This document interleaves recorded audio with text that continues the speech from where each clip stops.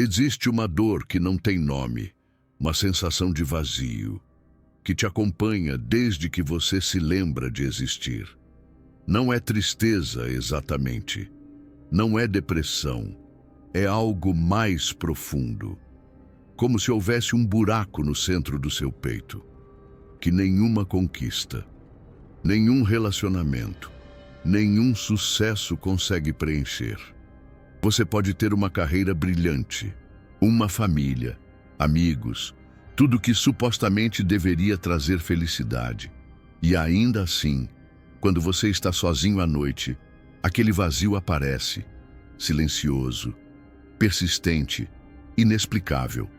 Carl Jung passou décadas estudando esse fenômeno, e o que ele descobriu sobre a origem desse vazio vai mudar completamente a forma como você entende sua própria história. A maioria das pessoas que sente esse vazio crônico faz a mesma coisa. Tenta preencher com trabalho, com relacionamentos, com conquistas, com a aprovação dos outros, com compras, com comida, com qualquer coisa que ofereça um alívio temporário daquela sensação de incompletude. Mas nada funciona por muito tempo. Porque o problema não é o que está faltando agora. O problema é o que faltou lá atrás, antes mesmo de você ter palavras para expressar o que sentia. Jung chamou isso de falha no reflexo primordial. E essa falha acontece nos primeiros anos de vida, de uma forma tão silenciosa que a criança nem percebe que algo está errado. Imagine uma menina chamada Ana. Hoje ela tem 37 anos. É advogada em um escritório de prestígio. Ganha bem. É respeitada pelos colegas. Tem um apartamento bonito. Um carro novo. Tudo que seus pais sempre quiseram que ela conquistasse. Mas Ana carrega um segredo que ninguém conhece. À noite, quando chega em casa e fecha a porta, ela sente um vazio tão grande que às vezes precisa se sentar no chão do banheiro e respirar fundo para não entrar em pânico. Ela não sabe de onde vem essa sensação. Sempre esteve lá, como uma sombra, como algo que faz parte dela, mas que ela nunca conseguiu nomear. Os pais de Ana não eram pessoas más, pelo contrário. Eram considerados pais aparentemente perfeitos. O pai era médico. A mãe era professora universitária, ambos inteligentes, bem-sucedidos, respeitados na comunidade. Nunca bateram em Ana, nunca gritaram, nunca fizeram nada que pudesse ser classificado como abuso óbvio. E é exatamente por isso que Ana passou a vida inteira confusa. Porque se seus pais eram tão bons, por que ela se sentia tão vazia por dentro? Jung teria a resposta. O problema não era o que os pais de Ana fizeram. Era o que eles não fizeram. Era o que eles não conseguiram oferecer. Não por maldade, mas porque eles mesmos nunca receberam. Quando Ana era bebê, ela fazia o que todos os bebês fazem. Olhava para a mãe, buscando reconhecimento, buscando aquele olhar que diz: você existe e eu te vejo. Você é importante, você é real. Mas a mãe de Ana, embora presente fisicamente, estava ausente emocionalmente. Estava preocupada com a carreira, com as expectativas da própria mãe dela, com provar que era boa o suficiente para o mundo. E quando olhava para Ana, ela não via Ana, via um reflexo de si mesma, via uma extensão de seus próprios sonhos e frustrações. Isso é o que Jung chamou de reflexo distorcido. Em vez de refletir a criança de volta para ela mesma, o pai ou a mãe narcisista reflete suas próprias necessidades, projetadas na criança. A criança não é vista pelo que é vista pelo que o pai precisa que ela seja. E isso cria um vazio estrutural na psique, porque a criança nunca recebe a confirmação mais básica de todas, a confirmação de que ela existe como um ser separado e válido. Calma, porque o que vem agora vai fazer você repensar toda a sua infância. O espelhamento emocional saudável funciona assim.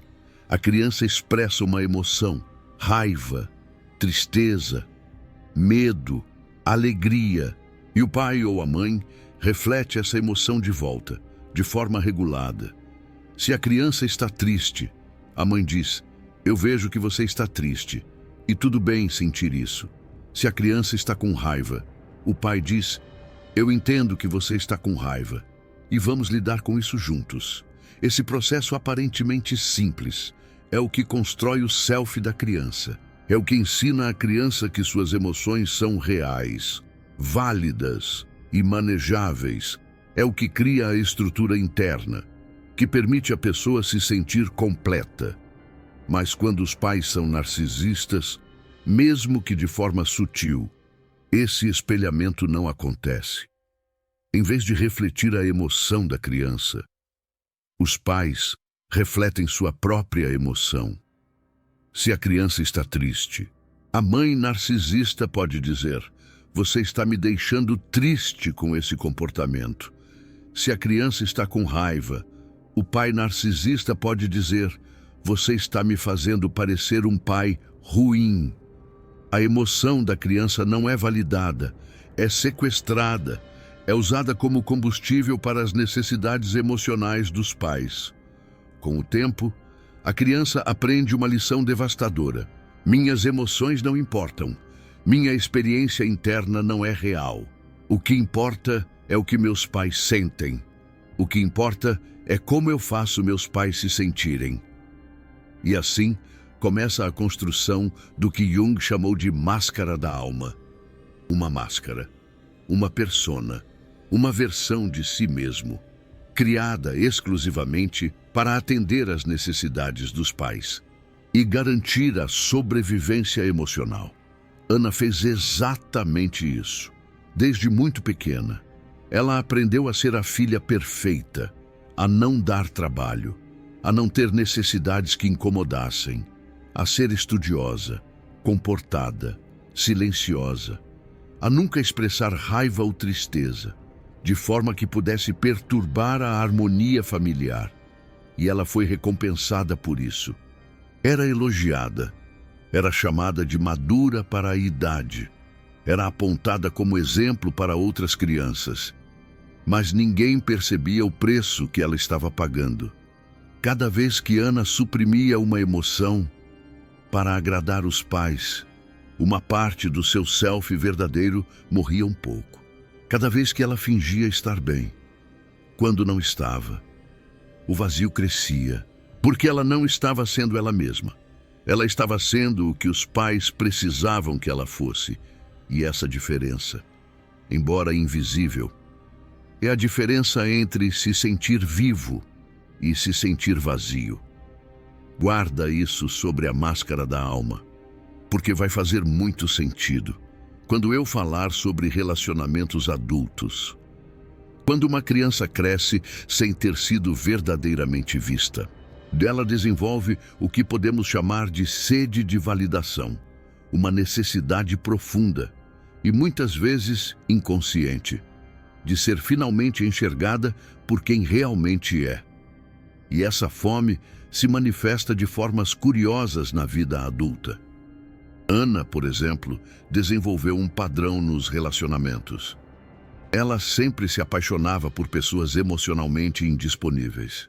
Homens que eram charmosos no início, mas que nunca conseguiam realmente se conectar com ela, que a mantinham à distância, que a faziam se sentir exatamente como se sentia na infância.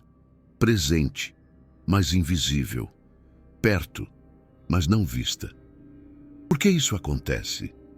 Jung explicou com o conceito de compulsão à repetição. O inconsciente busca repetir situações não resolvidas da infância, na esperança de finalmente resolvê-las. Existe uma dor silenciosa, que reside nas profundezas da alma, uma sensação de vazio persistente que acompanha muitos desde a infância. Não se trata meramente de tristeza ou depressão, mas de algo visceral, como um abismo no centro do ser. Um buraco que nem as maiores conquistas, os relacionamentos mais intensos ou os sucessos mais estrondosos conseguem preencher. Imaginem ter uma carreira invejável, uma família unida, amigos leais. Tudo que a sociedade dita como sinônimo de felicidade plena. E, no entanto, ao se depararem com a solidão da noite, esse vazio ressurge. Um eco silencioso e persistente. Algo inexplicável. O renomado psiquiatra Carl Jung dedicou décadas ao estudo desse fenômeno enigmático. E as revelações que ele fez sobre a origem desse vazio profundo podem transformar radicalmente a forma como cada um compreende sua própria história. Ana não escolhia homens indisponíveis por acaso.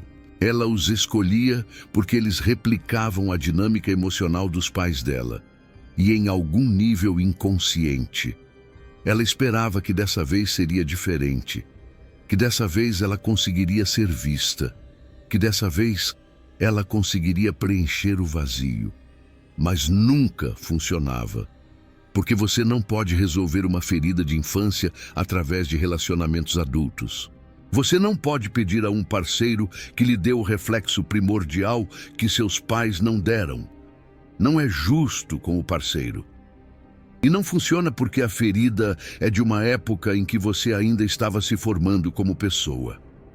O que faltou lá atrás não pode ser dado agora da mesma forma. Isso não significa que você está condenado a se sentir vazio para sempre. Mas significa que o caminho de cura passa por um lugar diferente. Aos 30 anos, Ana começou terapia. Não porque sabia o que estava errado, mas porque os ataques de pânico estavam ficando insuportáveis. A terapeuta dela usava uma abordagem junguiana. E nas primeiras sessões, algo começou a mudar. Pela primeira vez na vida, Ana teve a experiência de ser ouvida sem julgamento, de expressar emoções sem que fossem sequestradas por outra pessoa, de dizer, eu me sinto vazia, e ouvir de volta, me conta mais sobre esse vazio, em vez de, você não deveria se sentir assim. Esse processo aparentemente simples é o que Jung chamou de reparentalidade. É a experiência de receber. Em um ambiente terapêutico seguro, o reflexo emocional que deveria ter sido recebido na infância. Não é a mesma coisa. Não pode ser. Mas é o suficiente para começar a construir o que não foi construído.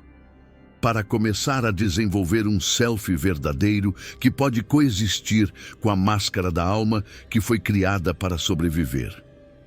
Calma, porque agora vem a parte mais importante de tudo que eu disse até aqui. Jung alertava sobre um risco que poucos terapeutas mencionam. O risco de simplesmente culpar os pais e parar por aí. Sim, os pais de Ana falharam com ela. Sim, eles não ofereceram o reflexo emocional que ela precisava. Mas eles também foram crianças um dia. Eles também tiveram pais que não os viram. Eles também carregam vazios que nunca conseguiram nomear. O narcisismo parental não é uma escolha. É uma ferida transmitida de geração em geração. Os pais que não conseguem ver seus filhos geralmente não foram vistos por seus próprios pais. E assim o ciclo continua, até que alguém tenha a coragem de olhar para a própria dor em vez de projetá-la nos filhos. Ana começou a perceber isso quando conheceu melhor a história da mãe. Descobriu que a avó materna era uma mulher extremamente crítica, que nunca elogiava, que nunca demonstrava afeto. Descobriu que a mãe cresceu se sentindo invisível, exatamente como Ana se sentia. A mãe não conseguia dar para Ana o que ela mesma nunca recebeu. Não era maldade, era incapacidade. Era uma ferida passando para a próxima geração. Essa compreensão não apaga a dor de Ana, não justifica o que aconteceu, mas muda a forma como ela se relaciona com essa dor. Em vez de gastar energia odiando os pais, ela pode usar essa energia para quebrar o ciclo, para se tornar a pessoa que finalmente para a transmissão geracional do vazio. Mas espera, porque tem uma parte dessa história que ainda não contei. E talvez seja a parte mais importante. O pai de Ana, durante toda a infância dela. O pai era uma figura distante, presente fisicamente, mas emocionalmente em outro lugar. Ele trabalhava muito, chegava tarde. Nos fins de semana, ficava no escritório ou assistindo televisão em silêncio. Ana se lembra de tentar se aproximar dele quando era pequena, de mostrar desenhos que tinha feito na escola, de contar histórias do seu dia, mas as respostas eram sempre monossilábicas. Que legal, muito bom, Não havia rejeição aberta, não havia crítica. Havia algo pior, havia indiferença. E a indiferença de um pai faz algo muito específico na psique de uma criança. Ensina que ela não é interessante o suficiente para merecer atenção, que sua existência não é importante o suficiente para justificar o esforço de conexão. Jung escreveu extensamente sobre o complexo paterno. Quando o pai é emocionalmente ausente, a criança desenvolve uma ferida relacionada à autoridade, à sede de validação externa e ao próprio valor no mundo. Meninas com pais ausentes tendem a crescer buscando aprovação masculina de forma compulsiva. Meninos com pais ausentes tendem a crescer sem saber como se relacionar consigo mesmos ou com outros homens. Ana fazia isso sem perceber. Em reuniões de trabalho, ela sempre buscava a aprovação dos homens mais velhos, dos chefes, das figuras de autoridade masculinas. Cada elogio deles era como uma droga, e cada crítica era devastadora, porque no inconsciente dela, cada homem mais velho era uma nova chance de finalmente ser vista pelo pai, de finalmente receber aquela validação que nunca veio. Esse é o poder do que Jung chamou de projeção. Nós projetamos figuras parentais em pessoas que encontramos na vida adulta e ficamos presos em relacionamentos que repetem as dinâmicas da infância, até que tomemos consciência do que estamos fazendo, até que paremos de buscar em outros o que nossos pais não conseguiram nos dar. Tem uma coisa que preciso explicar antes de continuar. É sobre a sombra familiar. Jung acreditava que cada família tem uma sombra coletiva. São os aspectos negados, reprimidos, escondidos que ninguém quer reconhecer. Em famílias narcisistas, essa sombra é especialmente densa, porque a aparência de perfeição é mantida a todo custo. E tudo que ameaça essa aparência é empurrado para baixo do tapete. Na família de Ana, a sombra era a fragilidade emocional. Ninguém podia demonstrar fraqueza. Ninguém podia admitir que estava sofrendo. O pai nunca chorava. A mãe nunca pedia ajuda. E Ana aprendeu que ser forte significava nunca mostrar vulnerabilidade. E pedir apoio era sinal de fracasso. Que suas próprias necessidades emocionais eram um fardo para os outros. Essa sombra familiar moldou toda a vida adulta de Ana. Ela não conseguia pedir ajuda mesmo quando precisava desesperadamente. Ela não conseguia admitir quando estava sofrendo. Ela mantinha a máscara de pessoa forte e independente mesmo quando estava desmoronando por dentro. E o vazio crescia. Porque quanto mais ela negava suas próprias necessidades, mais desconectada de si mesma ela ficava. A sombra funciona assim. Quanto mais você nega algo, mais poder isso tem sobre você. quanto mais você esconde uma parte de si mesmo, mais essa parte controla a sua vida nos bastidores. Jung dizia que até tornar o inconsciente consciente, ele vai dirigir sua vida e você vai chamar isso de destino. Ana achava que seu destino era se sentir vazia para sempre, que esse era simplesmente quem ela era. Uma pessoa incompleta, uma pessoa que nunca seria feliz de verdade. Mas não era destino. Era a sombra operando. Eram padrões inconscientes que Ana havia absorvido na infância e que continuavam se repetindo, porque ela nunca os havia questionado. E isso me leva ao conceito mais importante de Jung, para quem sente esse vazio: o conceito de individuação. Individuação é o processo de se tornar quem você realmente é, de integrar todas as partes de si mesmo, de parar de viver através da máscara da alma e começar a viver através do self verdadeiro. É um processo longo, difícil e muitas vezes doloroso, mas é o único caminho real para preencher o vazio. Porque o vazio não existe porque algo está faltando de fora. O vazio existe porque partes de você foram negadas, reprimidas, escondidas. Partes que seus pais aparentemente perfeitos não conseguiram aceitar. Partes que você aprendeu a rejeitar em si mesmo. Quando você começa a integrar essas partes, quando você começa a aceitar tudo o que você é, o vazio começa a diminuir. Não é mágica, não é instantâneo, é um trabalho de anos, mas é possível. Presta atenção no que vou dizer agora, porque isso pode mudar a forma como você se vê. O vazio que você sente não é um defeito, é uma mensagem. É a parte de você que foi silenciada na infância, gritando para ser ouvida. É o self verdadeiro que foi escondido, pedindo para finalmente existir. Jung dizia que os sintomas são a forma que a psique encontra de nos comunicar que algo precisa ser atendido.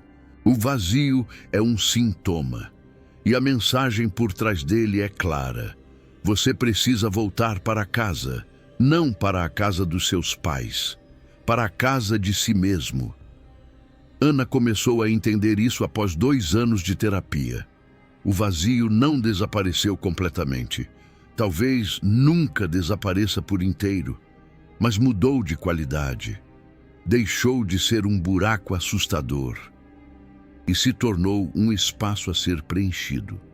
Um convite para a autodescoberta. Um lembrete de que ainda havia partes dela esperando para serem conhecidas. Ela começou a fazer coisas que nunca havia se permitido. Coisas que os pais teriam considerado perda de tempo ou falta de seriedade. Começou a pintar. Não para ser uma artista, apenas porque gostava.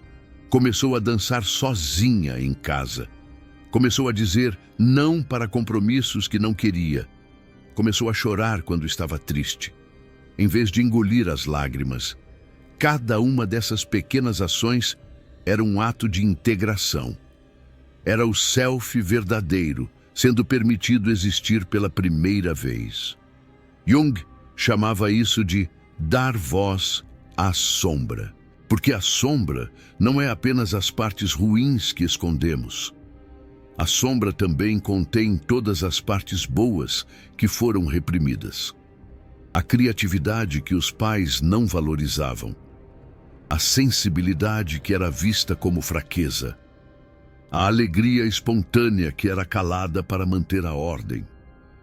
Quando você integra a sombra, você não está apenas lidando com o negativo, está resgatando tesouros que estavam enterrados.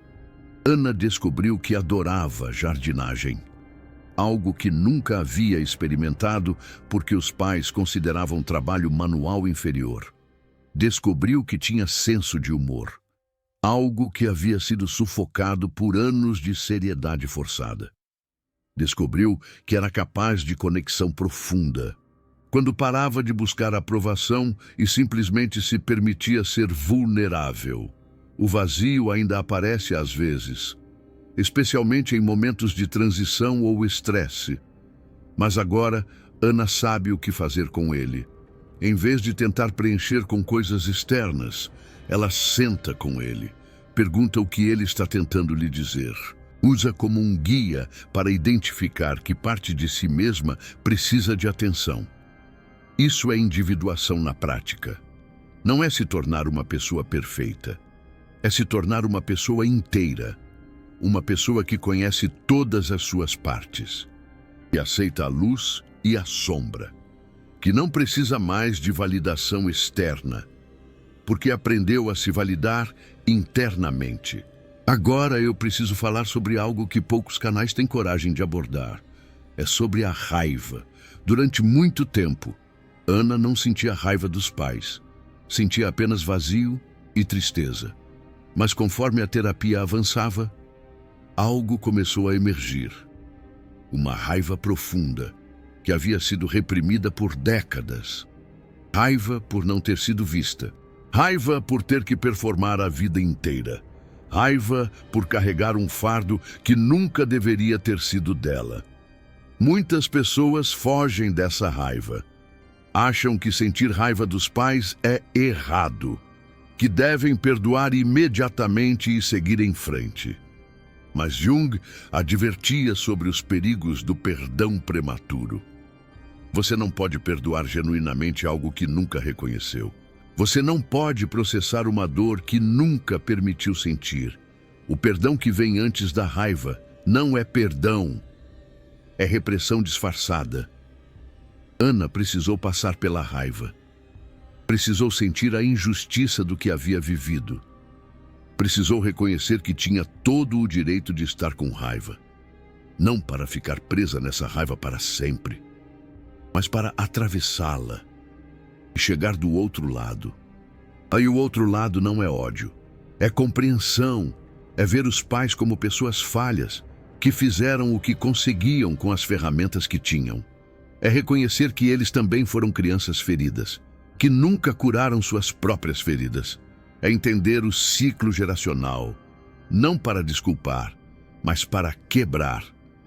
Ana hoje tem uma relação diferente com os pais. Não é uma relação perfeita, provavelmente nunca será, mas é uma relação honesta. Ela parou de esperar que eles mudem, parou de esperar que finalmente a vejam. Aceitou que eles fazem o melhor que conseguem, mesmo que esse melhor não seja suficiente, e decidiu que a validação que precisa vai vir de si mesma. Isso é maturidade emocional. Não é resignação. É liberação. É parar de gastar energia tentando mudar pessoas que não querem ou não conseguem mudar. E redirecionar essa energia para construir a vida que você quer ter. Você acabou de descobrir a verdadeira origem do vazio que carrega. A falha no reflexo primordial, que moldou toda a sua estrutura psíquica. Os mecanismos que seus pais usaram, muitas vezes sem perceber, que fizeram você construir uma máscara da alma e perder conexão com quem realmente era. Essa informação não é fácil de ouvir, mas é libertadora. Porque quando você entende a origem da ferida, você pode finalmente começar a curá-la. Eu faço esses vídeos porque acredito que essa informação precisa chegar a mais pessoas. Porque muita gente passa a vida inteira se sentindo vazia, sem saber o porquê. Se esse vídeo te ajudou de alguma forma, você pode apoiar esse trabalho clicando no Valeu Demais ali embaixo. Não é apenas apoio financeiro. É você dizendo que essa verdade sobre famílias narcisistas precisa continuar sendo compartilhada. É você fazendo parte de uma comunidade que está quebrando ciclos geracionais de dor. Agora vamos falar sobre os sinais de que a cura está acontecendo. Porque é importante saber reconhecer o progresso, mesmo quando ele parece lento. O primeiro sinal é a capacidade de estar sozinho sem desespero.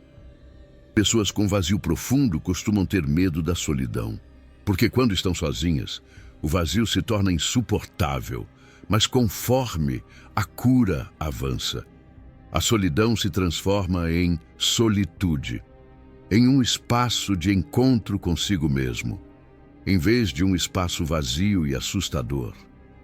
Ana percebeu isso quando passou um fim de semana inteiro sozinha e não sentiu pânico, sentiu paz. Pela primeira vez na vida, sua própria companhia era suficiente. Ela não precisava de distração externa para se sentir viva. A vida estava dentro dela. O segundo sinal é a diminuição da necessidade de aprovação externa. Você para de se perguntar o que os outros vão pensar antes de tomar decisões. Para de moldar seu comportamento para agradar. Para de se sentir devastado por críticas ou indiferente a elogios, porque a validação que importa passou a vir de dentro.